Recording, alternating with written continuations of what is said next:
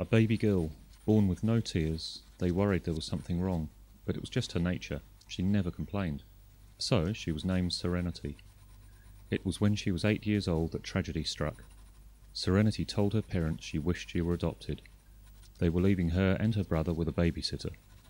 The next morning she was woken by her brother.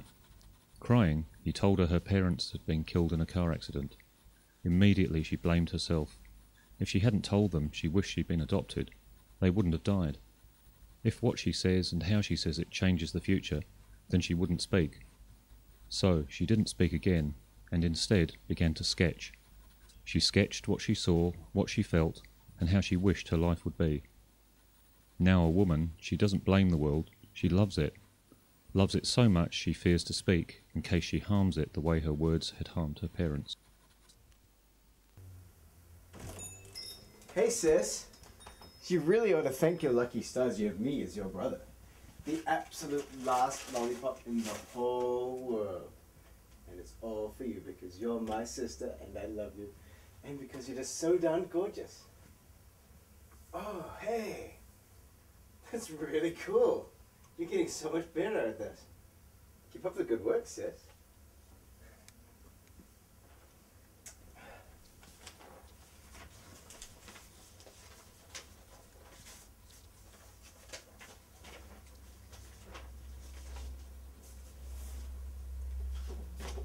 Okay, I have to go out for a little while and do a show, but I'll be back as soon as I can, alright? Bye, sis.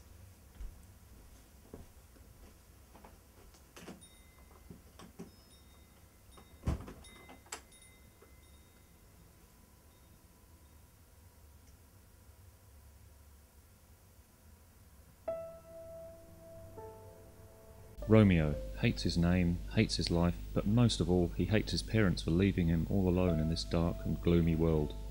His parents were very much in love with each other, their son, and art. It was their love of art that led them to their unfortunate yet spectacular demise. It was during an art heist at the Reina Sofia Museum in Madrid, Spain, that Donald, Romeo's father, triggered the infrared alarm after misjudging his waist measurements following the Christmas holidays. Donald and Alice managed to escape with 2 Dali paintings, fleeing in their bright red convertible. The police caught up, and in his haste, Donald didn't notice a sharp turn, causing their car to fly over a cliff and onto the rocky shore below.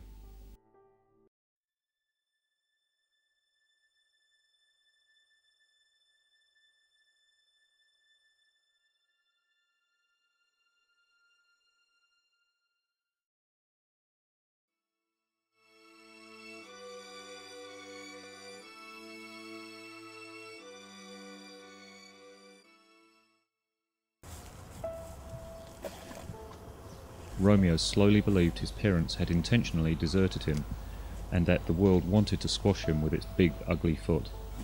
He decided there was nothing left to live for, and now, as an adult, he still believes it.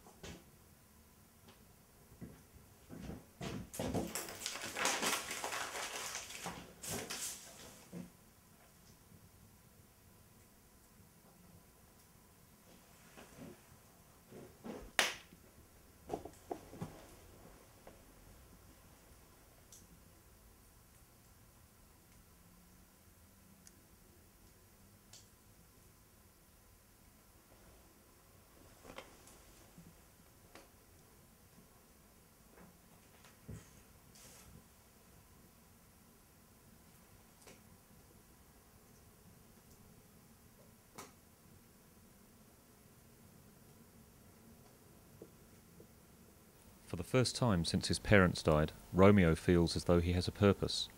Transfixed by his find, he feels an urge to return the key to its owner. He is perplexed by the word Serenity. He cannot understand who such a splendid key could belong to. He asks all around town, but nobody knows a thing.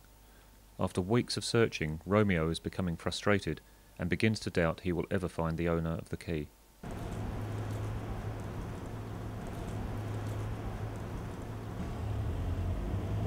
Are you alright there, sir? You're looking a little blue. Been all around town and not a soul can help me find the owner of this key that I found. Where did you find this? Found it in amongst the leaves and the dirt in the forest while I was taking a stroll. My sister was given a key just like that one. I can remember how upset she was when she lost it while playing hide and seek in the forest. We searched for hours, but we couldn't find it. It was a gift from our father, who along with our mother passed away while we were both very young. Serenity, my sister, hasn't spoken a word since. This key has Serenity written on the side of it. Yes. This is it. Thank you. Romeo. Thank you, Romeo. My sister will be very pleased.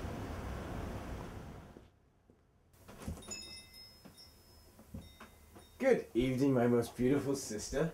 Once again, you'll be very pleased with me. I have another surprise for you.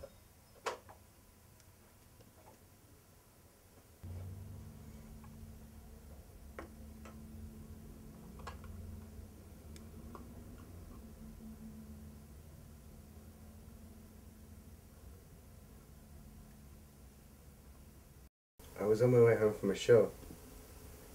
I saw a young man sitting on some steps. He seemed down, so I went and asked him if he was alright. That's when he showed me your key. He said he found it in the forest. He'd been looking all over town trying to find the owner. He said his name was Romeo. There he goes now.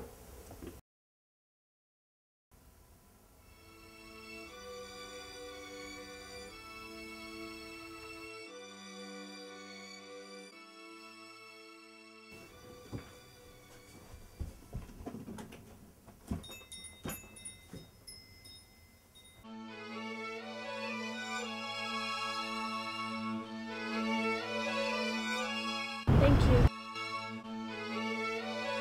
So, Serenity found her Romeo, and Romeo found his Serenity. He found the desire to continue living, and she found out that the only way you can hurt someone with words is when you don't think first, and that life is much better when you speak.